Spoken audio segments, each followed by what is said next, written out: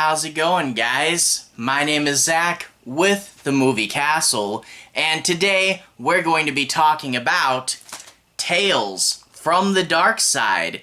This is Season 2, Episode 19, and this one's entitled The Last Car. This is from February 23rd, 1986, and is directed by John Strysik. It stars Begona Plaza, Mary Carver, and Louis Guss, and has a teleplay written by Michael McDowell. So John Strysik, Michael McDowell, some Darkside series regulars coming to give us a pretty fun and cool episode. In this episode, a young woman is going to board a train trying to get home for Thanksgiving, which, yeah, I don't know why this episode came out in February instead of November, but whatever. The people in planes, trains, and automobiles thought they had a hard time getting home for Thanksgiving. At least they didn't step on the Darkside train. She gets on to the last car of the train and finds three weird characters there, but she looks out the window. The train window is pitch black. There's nothing out there, and the train is not stopping. What has she gotten herself onto, and can she find a way to escape? A really, really cool setup. And overall, this is really classic anthology horror. A bunch of interesting characters trapped in an interesting place, and you have to try to figure out what exactly is going on here. What was that Twilight Zone episode, 4 characters in search of an exit? Kind of like that in setup, although don't worry, none of the same twist. But classic anthology horror. Who are these guys? How do I get out of here? Cool stuff. And a bunch of stuff that I'm really just a sucker for. This is a train episode. I love trains. Trains are the coolest, but this is kind of a rundown, worn down train, especially when you see the platform she has to get in from. So a cool, creepy train with a bunch of cool atmospheric stuff. You know, this has a ton of atmosphere and weird and quirky characters. Gotta love those as well. And a bunch of creepy moments. You know, whenever they go through a tunnel, everybody freaks out. Tunnel, tunnel. Great stuff. And then also like a pretty good window scare. Early on, there's a scare where she looks out the window. I won't spoil what it is, but it's a pretty cool scare, but also a pretty cool practical effect. And I think if you guys are practical effects nerds, you can look at this for a minute and pretty much figure out how they did it. And it's not the most complex thing ever, but I think it's a fun little puzzle if you guys are into trying to figure out how they did practical effects. And overall, just a really good, cool, creative scare, creative shot.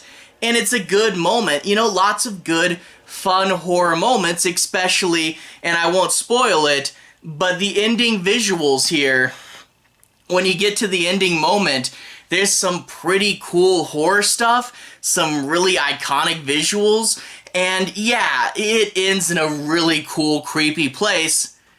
But what exactly is going on? And I won't say the ending, obviously, but I will say it does leave things kind of on the looser side, and maybe not everyone will appreciate that. You know, and part of me does wish it was a little more spelled out. I mean, don't ruin everything, but I do wish things were a little more concrete and we had a little bit more structure and plot and mystery. And yeah, I do wish that. But at the same time, it does do the atmosphere right, so maybe there isn't a good enough focus as to what actually is going on, but a ton of atmosphere, and I think they do give you enough clues. I think there's enough clues, enough into the little things that I bet you the Darkside fans have a consistent fan theory or something. I can definitely see fans analyzing this, much like how you didn't really know what the creature inside the closet was, but fans have kind of got a few theories.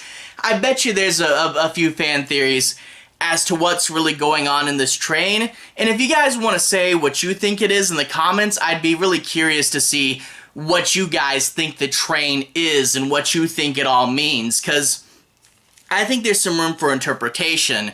So yeah, maybe it is more atmosphere over an actual plot, but that being said, it's cool atmosphere. It's a fun, creepy, haunted train with some cool moments and cool ideas, and yeah, maybe it's not the best thing ever, but I really like it, so yeah, that's saying something.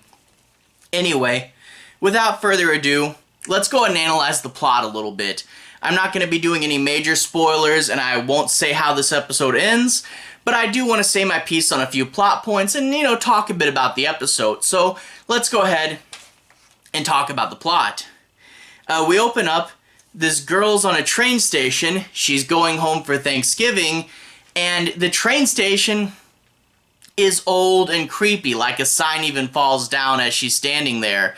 And don't get me wrong, I love the train, and I'm glad that we got to it, but really, if the whole episode was just her at the train station, that could have worked too, because this train station is just so creepy and old. But anyway, she's waiting there for a bit, for what feels like a little too long, when the train finally does show up, and you know how this episode's called The Last Car? Well, right behind her, the big sign, the last car stops here. So this is where the last car is going to dock, and she's going to get on the last one. And of course, it's primarily empty. There's 3 strange characters, but that's about it on this whole big car. You get this old woman who's knitting a whole lot. You get an old man who's a little bit unresponsive at first, and he's clutching a box. And then you get this wild, unsupervised kid dressed up like a cowboy, and he's just shooting everything with his toy gun, going up to you, bang, bang, like that. So a bunch of strange characters, and why is this car empty? She says she's on a long train ride, she wants somewhere she can sit down, and a lot of the other cars are standing room only. Why is this one car at the very back of the train almost empty? Well, the old lady who wants to talk to her wants a friend. The old lady says it's because the last car sways. The last car sways and rocks, and most people don't like it, but she likes it because it kind of rocks you to sleep. So just sit in your chair, let the train rock you to sleep. You need a good nap. So right off the bat, kind of weird characters there. But she will eventually notice some strange things. First and foremost, outside the window, there's nothing. And she's like, there should be lights and stuff. Oh no, we're going through the country. Okay, even though we're going through the country, I should still see the moon. The moon and the stars are gone. Black void outside. Cool atmospheric moment there. Anyway, you also get other things, like a fun element is the kid in the cowboy costume. Every now and then will change his costume. He is a cowboy. Now all of a sudden he's a soldier. When did that happen? Why does he have a different costume? And he will do different costumes every so often as well. And another weird thing is how these people are eating. The man with the box it opens it up, and there's always food in the box, and he's just handing it out to people. Are you hungry? Would you like a sandwich? And he looks down, he has to see what he's got in his box. And you wonder, where did he get the box? Why does it always have food in it? And he doesn't even seem to know what's in the box, because, she doesn't want a sandwich. She's kind of fed up with the situation. And she goes, oh, do you have hummus in there? And you can tell she's just saying hummus as a way to kind of brush him off. He doesn't even know what it is. And she's like, oh, it's made out of chickpeas. And he looks down in his box and he's like, oh yes, here's some hummus for you. And it's like, okay, something's up here. Time's passing, yet it's still dark outside. It should be sunlight by now. They should have done some stops. Something should have happened. And there's no tunnels on this route, and that's a big thing, is there are several tunnels here, and everybody freaks out when they go through a tunnel, you know. The old woman leans back and screams, the kid goes nuts, and I think the old man just kind of clams up. And they all feel weird after the tunnels, you know. But they'll all scream, "Tunnel, tunnel," you know. and that's just great.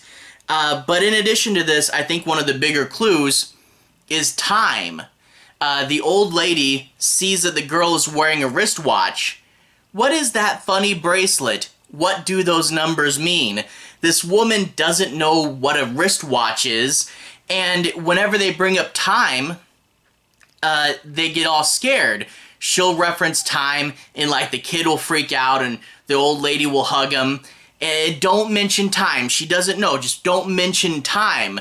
And I feel like if we were to dissect and try to figure out what this episode's actually about, I think time's a big clue. I think that plays a piece into what this episode really is. What is it really? I don't know. But I think it has to have something to do with time. But anyway, train's not stopping. It's still dark. Way too much time has passed. It's a coastal train. There's not supposed to be any tunnels. What's going on here? Did she get on the wrong train? And she has to figure out how to get out. And she's like, "Oh, I can walk freely between the cars." "No, you can't. I've walked freely between the cars every time I've been on this train. They're designed to do that." Yet all of a sudden, in front of the door, doors locked when train's in motion. That sign wasn't there until they told her she's not supposed to do it. And yeah, those will pop up. She's locked in the train. She doesn't know what's going on. This is behaving differently, and she's taken this train dozens of times. She's never gotten trapped on here before. It's never been down a route like this. What is going on? Overall, like I said earlier, this is more cool atmosphere than focusing on an actual plot. And part of me, like, I don't want them to spell out everything, but part of me wishes it was a little more concrete and we got a little bit more of a solid explanation towards the end. But that being said, it does end on a cool, creepy visual, even if it leaves you going, I wonder what that means. But I'd be curious to see your interpretations of it. Like I said, maybe not the best thing ever, because maybe it doesn't necessarily have a straightforward beginning, middle, and end plot, and maybe you don't even know if there is a concrete explanation, and I do wish it was a little more settled, a little more clues, a little easier to figure out, even though I do think there is something definite there. But overall, though, fun train atmosphere. How can you not like this? It's just dripping with cool train atmosphere and some good creepy moments. The window scene, the end, the tunnel scenes. It's got some really cool stuff here, and I really did enjoy it, so definitely a recommendation from me. And maybe I just like train stories too much. Now I need to go watch some train movies. Anyway, definitely enjoy this, definitely like this one. Anyway, to everyone who's watched so far, thank you for watching. To everyone who's liked and subscribed, thank you. You really are helping the channel out. I'll leave a relevant playlist on the bottom. This should be my Tales from the Darkside playlist. If you guys want to see me talk about more Darkside, this playlist is getting pretty big. I've covered all the episodes that came out before this. You should be able to find those there. I also talked about the Christmas episodes early, the Joe Hill comic, and I did a Season 1 overview. So there's a lot in this playlist. If you want to see more, you can click here and see more. Anyway, have a good day. I'll see you guys again very, very soon. Darkside playlist on the bottom. Have a good day now.